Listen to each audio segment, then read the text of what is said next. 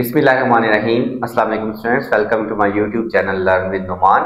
आज की इस वीडियो के अंदर हम अपने फिजिक्स फर्स्ट ईयर के चैप्टर का जो हम वेव्स एंड वाइब्रेशंस का चैप्टर का टॉपिक करेंगे, जो आई थिंक इसका फोर्थ टॉपिक बनता है, और वो है हमारे पास stationary waves and their production के वो कैसे पैदा होती है, फॉर्मेशन। ठीक है। अच्छा स्टूडेंट्स, स्टेशनरी वेव्स जो होती है ना, बेसिकली हम इनको स्टैंडिंग वेव्स भी कहते हैं। तो ये अभी इसका मैंने रिजल्ट नहीं ड्रा किया, रिजल्ट बेसिकली मैं आपके सामने ड्रा करूंगा तो फिर आपको समझ आएगी। ये ऐसी वेव्स होती हैं जो कि फिक्स पोजीशन पे ऑसिलेट करती हैं, ना ये फॉरवर्ड मूव करेंगी ना ये बैकवर्ड मूव करेंगी, मूव किए बगैर फिक्स पोजीशन पे ये क्या करती हैं, ऑसिलेट करती हैं।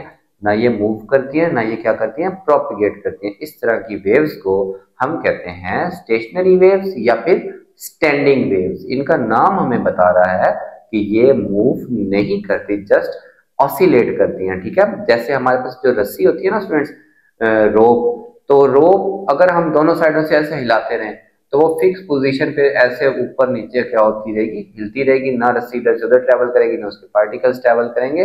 तो इस तरह की वेव्स हमारे पास आती हैं स्टैंडिंग या फिर स्टेशनरी वेव्स। ठीक है। अच्छा, हमने वेव्स की जो सुपर पोजिशन देखी थी ना, उसमें हमने देखा था कि या तो इंटरफेरेंस होगा या बीट्स प्रोड्यूस होंगी, तीसरा हमने कहा था स्टेशनरी वेव्स प्रोड्यूस होंगी। अब ये स्टेशनरी वेव्स कब प्रोड्यूस होती हैं स्टूडेंट्स? पहले तो आपने इनकी डिफाइन करना ना कि the waves which oscillate eight fix position without moving और प्रोपेगेटिंग, ये इनकी होगी डेफिनेशन। अगर हम बात करें कि ये कैसे पैदा होती है, कि when two waves of similar frequency and wavelength, ठीक है, ट्रेवल इन अपोजिट डायरेक्शन। वो कहां जा रही होगी स्टूडेंट्स?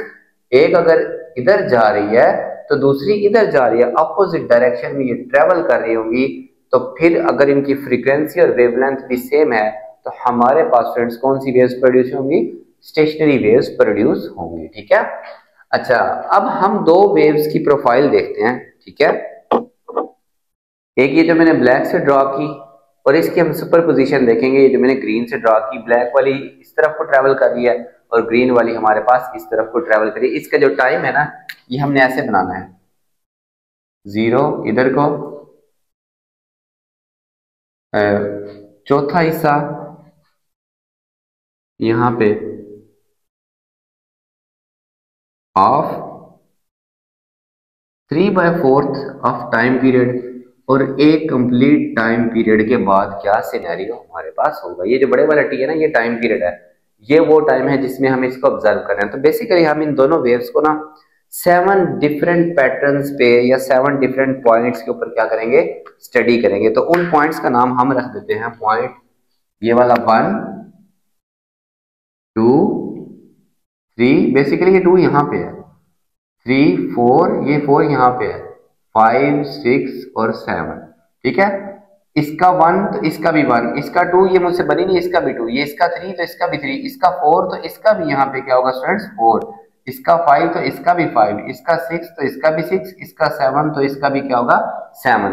तो हम हर वेव्स, दोनों वेव्स को 7 डिफरेंट पॉइंट्स के ऊपर उनकी क्या करेंगे, सुपर पोजिशन को स्टडी करेंगे। ठीक है। इससे पहले स्टूडेंट्स मैं आपको एक चीज बतानी भूल गया कि हमारे पास नोड्स और एंटी नोड्स क्या होती हैं। ठीक है। कि नोड्स ऐसे पॉइंट्स होंगे जहां पे हमारे पास जो रिजल्टेंट है या जो हमारा रिजल्ट है सुपरपोजिशन के बाद, या वैसे भी आप देखें तो अगर एम्पलीट्यूड 0 हो, वो पॉइंट्स हमारे पास नोड्स कहलाते हैं। क्या कहलाते हैं? नोड्स। जैसे देखें ये 1, अच्छा इनका मैं नाम दे देता हूं। ठीक है। हमने इसको 7 पॉइंट्स स्टडी करना ना, 1 2 3 4 5 6 और ये 7। बेसिकली ये कितनी वेव्स हैं? ये एक वेव पूरी और फिर ये आधी वेव, तो ये एक और आधी यानी कि 1.5 वेव्स है हमारे पास। तो हमने इनको 7 पॉइंट्स पे स्टडी करना है। ठीक है। तो इन पॉइंट्स का आपस में फासला भी हम देखेंगे। पहले हम देखते हैं नोड्स क्या होती है। नोड्स क्या होते हैं? वो पॉइंट्स जहां पे एम्पलीट्यूड क्या है, 0 है। ये जैसे 1 है, 3 है, 5 है और 7, यहाँ पे एम्पलीट्यूड क्या है, 0 है। ठीक है। अब अगर आप बात करें एंटी नोड्स क्या होते हैं, मैक्सिमम एम्पलीट्यूड वाले पॉइंट्स, जैसे ये है और ये है, फिर ये भी है। ठीक है। तो जो मैक्सिमम एम्पलीट्यूड्स वाले पॉइंट्स होते हैं स्टूडेंट्स, ये कहलाते हैं हमारे पास एंटी नोड्स। ठीक है। तो स्टेशनरी वेव्स में जब नोड्स नोड्स से मिलेंगी तो रिजल्टेंट 0 होगा। देखिए नोड पे 1 वाला पॉइंट इससे ओवरलैप करेगा, ना इसका कोई डिस्प्लेसमेंट है ना इसका कोई डिस्प्लेसमेंट है, तो नेट डिस्प्लेसमेंट भी कोई नहीं होगा। जब 3 वाले से ओवरलैप करेगा, ना इसका डिस्प्लेसमेंट है ना इसका, क्योंकि ये भी मेन पोजीशन पे है, ये भी मेन पोजीशन पे है। ऐसे ही 5 वाले की बात करें तो 5 का भी कोई डिस्प्लेसमेंट नहीं है, ना इसके 5 का कोई डिस्प्लेसमेंट है, तो नेट इफेक्ट भी क्या होगा स्टूडेंट्स, 0 होगा। ठीक है, खैर हम बात कर रहे थे कि हम हर वेव को ना, ये जो वेव्स हैं, ठीक है, ये हमने कैसे बनाई है, हमने इनको 7 पॉइंट्स में डिवाइड किया। हर पॉइंट के दरमियान जो डिफरेंस है वो है टाइम पीरियड का हाफ। यहां से फर्ज करें ये एक वेव है ना, ये एक वेव है पूरी एक, इसका पूरा है टाइम पीरियड t, कितना होता है t, यहां तक होता है टाइम पीरियड का हाफ। ठीक है स्टूडेंट्स, यहां तक हाफ, तो ये होता है टाइम पीरियड का चौथा हिस्सा, कितना हिस्सा t/4, कितना होता है t/4, और ये वाला कितना होता है स्टूडेंट्स, ये होता है 3t/4, यानी कि पूरी वेवलेंथ का 3/4 हिस्सा, और यहाँ पे टाइम पीरियड पूरा होता है टाइम पीरियड के इक्वल, यहाँ पे 0, ये t/4, ये t/2, ये 3t/4 और ये t।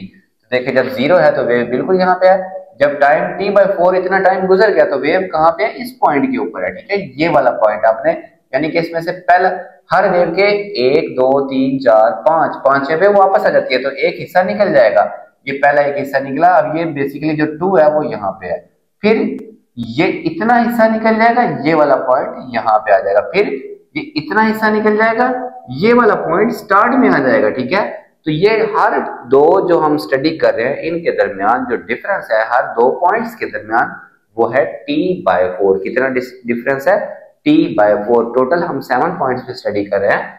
ठीक है, 0, t/4, t/2, 3t/4, और हमारे पास लास्ट होगा पूरा एक टाइम पीरियड जब कंप्लीट हो जाएगा। ठीक है, सिमिलरली दूसरी वेवलेंथ बस वो अपोजिट डायरेक्शन में ट्रेवल कर रही है, तो यहाँ पे बेसिकली वो यहाँ से स्टार्ट हुई, जब इसका टाइम पीरियड t था, फिर जब 3/4 टाइम गुजर गया, तो पहले ये थी स्टूडेंट्स यहाँ पे, इसका सॉरी ये इधर को ट्रेवल कर रही है। ठीक है, तो इसका इतना हिस्सा निकला, ओके, और लेकिन ये इधर से आ रही है ना, तो ये वाला हिस्सा निकला, ये वाला पार्ट इसका चला गया यहाँ पे।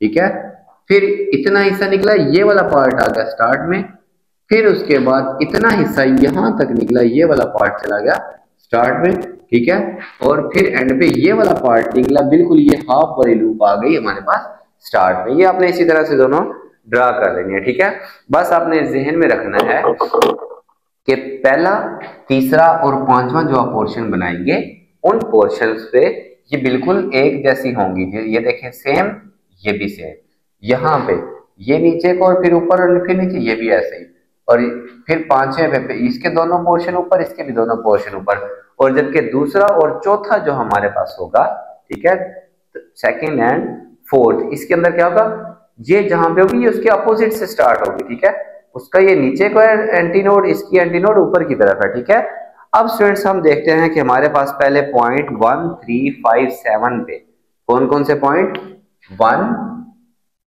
3 5 और 7, और ये हम फिगर सी में बनाएंगे पॉइंट 1 3 5 और 7। अब देखिए हमारे पास सीन क्या होगा, पॉइंट 1 3 5 7, हर दो वेव्स का पॉइंट 1 3 5 7 1 3 5 7 यहाँ पे हम बनाएंगे। इसको मैं रेज कर देता हूँ। ठीक है, अब देखें बाकी हमने देखना ही नहीं है, हम सिर्फ इनकी सुपरपोजिशन इन 7 पॉइंट्स पे देखेंगे, उसमें से अभी मैं पॉइंट 1 3 5 7 के रिजल्ट यहाँ पे बनाने लगा हूं। ठीक है, ये जो इस डायग्राम बेसिकली ये हमारे पास ए है डायग्राम का, इससे ये बी है बुक के मुताबिक, और ये हमारे पास क्या है, सी है। अब देखें हमने बनाना ही सिर्फ पॉइंट 1 का, फिर ये वाला पॉइंट देखें 2 3 पॉइंट का बनाना है, 4 ये 5 पॉइंट का बनाना है, 6 ये 7 पॉइंट का, ये हमने रिजल्ट बनाना। देखें इसकी भी मेन पोजीशन से कोई डिस्प्लेसमेंट नहीं है, इसकी भी कोई डिस्प्लेसमेंट नहीं है, तो नेट इफेक्ट 0।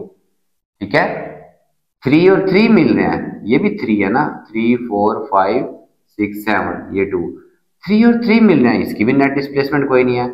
5 और 5 भी लाइन के ऊपर ही मौजूद है, या तो होता ना एक लाइन से थोड़ा सा ऊपर है दूसरा थोड़ा सा ऊपर है, तो नेट इफेक्ट ज्यादा हो जाता है, लेकिन इनकी तो डिस्प्लेसमेंट ही नहीं है दोनों की। ये मेन पोजीशन है, ना 0.5 की कोई उससे ऊपर डिस्प्लेसमेंट है, ना इस 0.5 की उससे ऊपर कोई डिस्प्लेसमेंट है, तो नेट इफेक्ट क्या होगा, 0। सिमिलरली दोबारा जब ये 7 पे आएंगे, ना इसकी मीन से कोई डिस्प्लेसमेंट है ना ही इसकी, तो नेट इफेक्ट इसका भी क्या होगा स्टूडेंट्स, 0 होगा। ठीक है। अब इसी तरह इसके जो t/4 टाइम पीरियड के चौथा हिस्सा गुजरने के बाद जो सिनेरियो है उसमें क्या होगा, देखिए हम पॉइंट 1, ये 1 है, ये 2, मैं लिखता हूं किसी और कलर से, देखें ये 3 4 5 6 7, हमने नहीं कोई स्टडी करना, 1 2 3 4 5 6 और 7 यहाँ पे होगा, 1 3 5 7 को स्टडी करना है, 1 3 5 और हमने इस जो हम लाइन बनाएंगे ये होगी 1 3 5 7 की लाइन। ठीक है। देखिए 1 पे इसका डिस्प्लेसमेंट इस तरफ, इसका डिस्प्लेसमेंट इस तरफ। ठीक है। तो जब ये एक डिस्प्लेसमेंट नीचे और एक डिस्प्लेसमेंट ऊपर, तो नेट इफेक्ट 0। 3 पे आ जाए, इसका डिस्प्लेसमेंट ऊपर और इसका डिस्प्लेसमेंट नीचे, तो नेट इफेक्ट 3 पॉइंट पे भी 0, 1 3 5 7। ठीक है। 5 पे देखते हैं, इसका नीचे और इसका ऊपर, तो प्रिंसिपल ऑफ सुपरपोजिशन क्या कहता है, ये दोनों ऐड होते हैं, लेकिन जब आपको पता है अपोजिट वेक्टर ऐड होते हैं तो रिजल्टेंट 0 हो जाता है। ये same frequency and same wavelength. ठीक है। अब इन दोनों का नेट इफेक्ट क्या है, 0 है। इसी तरह 7 वाले, इसका ऊपर और इसका नीचे का एम्पलीट्यूड है, तो नेट इफेक्ट यहाँ भी क्या हो गया, 0 हो गया। ठीक है। अब आ जाए अगेन, जब हाफ टाइम पीरियड गुजर गया तो ये पूरा पहला हाफ खत्म हो गया। देखिए ये वाला पूरा हाफ खत्म, वेव नीचे से शुरू हो रही है। ठीक है। इतना हाफ खत्म हो गया इसमें से। तो जब आधा टाइम पीरियड गुजर गया, 0.1, ये 2 छोड़ दें, 3 5 भी छोड़ दें, 4 छोड़ दें, 5 6 ये 7, ये 1 2 3 4 5 6 और ये वाला 7। ठीक है। हम 1 3 5 7 को ही देखेंगे। Okay students. अब हमारे पास स्टूडेंट्स 1 पे इसकी और इसकी कोई डिस्प्लेसमेंट थी, तो 0.1 पे 0 इफेक्ट, नेट रिजल्टेंट डिस्प्लेसमेंट 0। ठीक है। अब देखें स्टूडेंट्स 3 पे, यहां पे भी रिजल्टेंट डिस्प्लेसमेंट 0, मीन पोजीशन पे, ये दोनों भी मीन पोजीशन पे है तो रिजल्टेंट डिस्प्लेसमेंट 0, ये दोनों भी मीन पोजीशन पे है तो रिजल्टेंट डिस्प्लेसमेंट 0। ठीक है। अब देखें स्टूडेंट्स हमारे पास यहां पे 0.1 2 3 4 5 6 7। क्या सॉरी, ये यहाँ पे 1 2 3 4 5 6 7, 1 2 3 4 5 6 7। ठीक है। 0.1 पे देखें, इसका डिस्प्लेसमेंट नीचे, इसका डिस्प्लेसमेंट ऊपर, तो नेट इफेक्ट 0, एक दूसरे को कैंसिल कर रहे हैं। 3 पे, यहाँ पे आपको पता ना हमने 1 3 5 7 को ही देखना है। ओके। अच्छा, अब 3 पे देखें, इसका डिस्प्लेसमेंट नीचे और इसका डिस्प्लेसमेंट ऊपर, तो नेट इफेक्ट 0.3 पे 0, ना ऊपर को ना नीचे को, कुछ भी नहीं है। ठीक है। 5 पे देखें अपोजिट, ये ऊपर ये नीचे, तो नेट इफेक्ट 0। इसी तरह 7 पे भी नेट इफेक्ट क्या होगा, 0, एक दूसरे को क्या कर देंगे, ये ऊपर और ये नीचे क्या कर देंगे फ्रेंड्स, कैंसिल कर देंगे। ठीक है। अब पूरी एक वेवलेंथ गुजरने के बाद, ठीक है फ्रेंड्स, ये इतना पहला हिस्सा पूरा गुजर गया, टी इज इक्वल टू पूरे टाइम पीरियड का मतलब इतना हिस्सा पूरा गुजर गया, ये हाफ, और आगे एक नई वेवलेंथ पूरी मतलब वो जो हाफ था उसकी वेव कंप्लीट हुई और अगली एक वेव स्टार्ट हो गई। ठीक है। अब इस पे भी देखें आप, चाहे 1 3 5 सॉरी 1 2 3 4 5 6 7। ठीक है। अब देखें फ्रेंड्स हमारे पास 1 3 1 2 3 4 5 6 7 1 2 3 4, तो 1 पे भी दोनों की 0 डिस्प्लेसमेंट, तो नेट भी 0। 3 पे भी दोनों की नेट डिस्प्लेसमेंट 0। 5 पे भी दोनों मीन पोजीशन पे, तो डिस्प्लेसमेंट 0।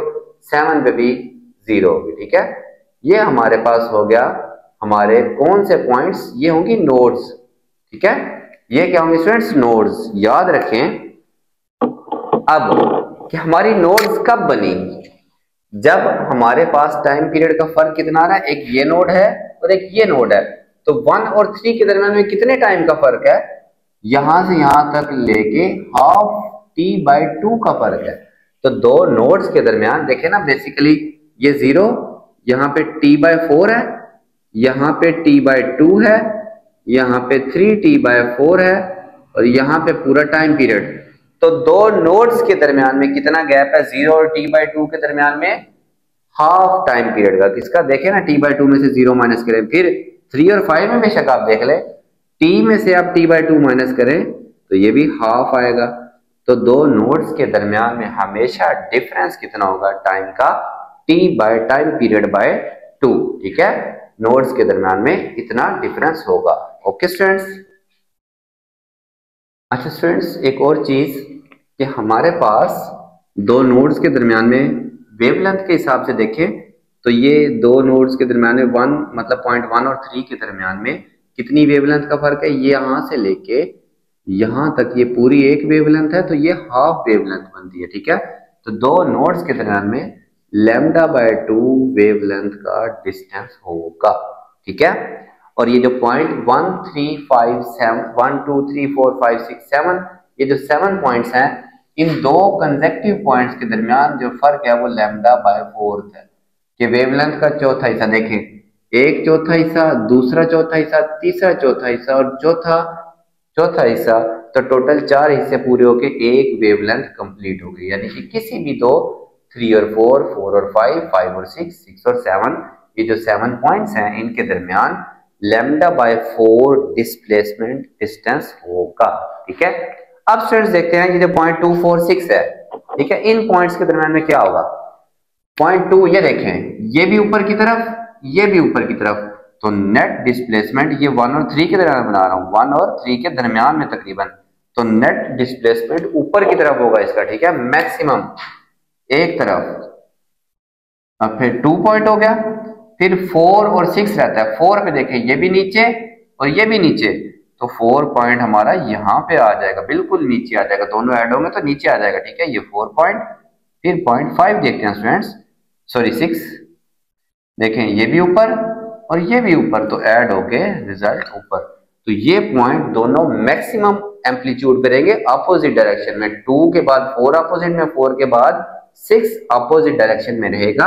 अब आप ये भी चीज नोट करें, तो 2 और 4 के दरमियान में क्योंकि 3 आता है, तो 3, तो यहाँ पे हम इन दोनों के दरमियान टाइम के लिहाज से देखें तो t/2 का फर्क है, और वेवलेंथ के लिहाज से देखें तो λ/4 का क्या है, फर्क है। ये जो मैक्सिमम एम्पलीट्यूड अपोजिट डायरेक्शन में होता है स्टूडेंट्स, ये कहलाता है हमारे पास एंटी नोड्स कहलाती हैं। ठीक है, इसी तरह आप यहाँ पे देखें 2 पॉइंट, ये 2, ये 2, कोई रिजल्ट नहीं है। ठीक है, ये भी मीन पोजीशन पे, ये भी मीन पोजीशन, कोई रिजल्ट नहीं है। 4 पे देखें, ठीक है, 4 पॉइंट, यहाँ पे भी कोई रिजल्ट नहीं है। 6 पे देखें, ये भी मीन पोजीशन पे, ये भी मीन पोजीशन पे, यहाँ पे भी कोई रिजल्ट नहीं है। तो इस केस में यहाँ पे कोई हमारे पास एंटी नोड्स नहीं बन रही। ठीक है, फिर आ जाए अगले केस में t/2 वाले में। ठीक है, ये t/2 वाला है, 2 पॉइंट ये भी नीचे, ये भी नीचे, और 4 पॉइंट पे ये भी ऊपर, ये भी ऊपर, 6 पे ये भी नीचे और ये भी नीचे। ठीक है, तो 2 पॉइंट नीचे, 2 4 6, ये 2 पॉइंट नीचे मैक्सिमम, और ये 1 पॉइंट स्टूडेंट्स ऊपर की तरफ होगा।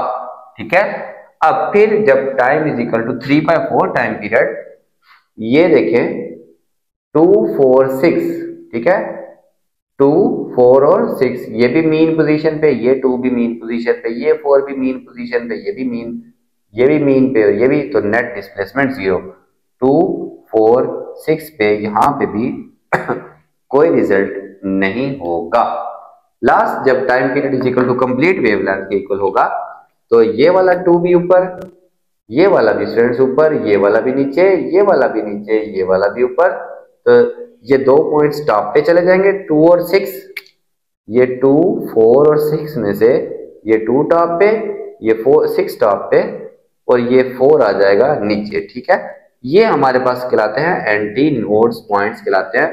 तो दो एंटी नोड्स के दरमियान में हमारे पास क्या होता है स्टूडेंट्स, कि एंटी नोड्स में हमारे पास मैक्सिमम एम्पलीट्यूड होता है अपोजिट डायरेक्शन के अंदर हो सकता है। इनके दरमियान भी दो एंटी नोड्स के दरमियान में, चाहे दो नोड्स हो चाहे दो एंटी नोड्स हो, इनके दरमियान दो कंसेक्टिव नोड्स या दो कंसेक्टिव एंटी नोड्स, इनके दरमियान में λ/2 वेवलेंथ का क्या होता है स्टूडेंट्स, डिस्टेंस होता है। ठीक है, अब अगर हम बात करें हमारी एनर्जी की, ठीक है, कि हमारे पास जो एनर्जी है इस केस में तो ऑसिलेशन हो ही नहीं रही, कोई डिस्प्लेसमेंट ही नहीं है, कोई मोशन ही नहीं है।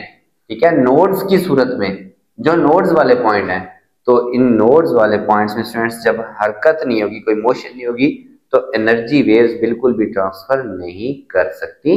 ठीक है, तो नोड्स वाले पोजीशन में ये जो सी है हमारा, इसमें हमारे पास कोई एनर्जी नहीं होती ट्रांसफर। ठीक है, जबकि जो डी पोजीशन है हमारी, जहां पे हमारे पास एंटी नोड्स बनती हैं, तो एंटी नोड्स में हमारे पास दोनों तरह की एनर्जी होती है। ठीक है, अच्छा यहाँ इनका कोई पोजीशन भी नहीं है, ये रेस्ट पे है, मीन पोजीशन पे है, तो पोटेंशियल भी जीरो और हरकत नहीं करी तो काइनेटिक भी जीरो। अब अगर आप इनकी बात करें, ये दोनों पहले टॉप पे थे, ये कहां पे थे, टॉप पे, तो अगली सिचुएशन में ये कम हुए। ठीक है, फिर ये अपोजिट डायरेक्शन में गए, फिर ये अपोजिट से वापस आए तो मीन पे, फिर ये मीन से ऊपर गए। ठीक है, इसी तरह ये नीचे था, ये जीरो हुआ, ये ऊपर गया, ये ऊपर से जीरो हुआ और ये नीचे आया। तो इस केस के अंदर स्टूडेंट्स क्या होता है हमारे पास कि जब ये मैक्सिमम डायरेक्शन अपोजिट एम्पलीट्यूड पे होते हैं, तो पोजीशन की वजह से इनके पास सारी की सारी क्या होती है, पोटेंशियल एनर्जी होती है। ठीक है, फिर जब ये यहां से कम होना शुरू होकर यहां आते हैं, ऐसे हो जाते हैं। ठीक है, तो यहाँ पे इनकी सारी की सारी काइनेटिक एनर्जी होती है, फिर ये नीचे की तरफ बढ़ना शुरू होकर ये दोनों पॉइंट ऐसे आ गए, दोबारा इनके पास मैक्सिमम पोटेंशियल एनर्जी, फिर पोटेंशियल से बेसिकली ये यहाँ पे आए। ठीक है, तो दोबारा काइनेटिक एनर्जी पीक पे, तो यहाँ पे सारी की सारी पोटेंशियल एनर्जी। लेकिन याद रखें, क्योंकि इन दोनों वेव्स की डायरेक्शन अपोजिट होती है, ये अपनी जगह पे ही ऑसिलेट कर सकती हैं। ठीक है, ऑल्दो इनके पास एनर्जी होगी, इनकी एक एनर्जी दूसरी एनर्जी में जा रही है, लेकिन ये एनर्जी एक जगह से दूसरी जगह ट्रांसफर नहीं कर सकती वेव्स। ठीक है, इसीलिए इनको हम कहते हैं स्टैंडिंग वेव्स, और इनकी जो एग्जांपल्स हैं वो स्ट्रिंग में हो सकती है, और दूसरा जो साउंड वेव्स है ना, वो क्लोज पाइप के अंदर हमारे पास स्टैंडिंग वेव्स ही बनाती हैं। ठीक है, तो स्टूडेंट्स ये आपका टॉपिक था, थोड़ी सी तवज्जो तलब है। आप लोग इसकी जितनी भी थ्योरी है वो बुक से देखेंगे और साथ साथ वीडियो देखें, तो आपको इंशाल्लाह जरूर समझ आ जाएगी। कोई क्वेश्चन हो तो आप लाजमी पूछें, बाकी चैनल को जरूर सब्सक्राइब करें और वीडियोस को अपने क्लास वालों तक जरूर शेयर किया करें। अल्लाह हाफिज फ्रेंड्स।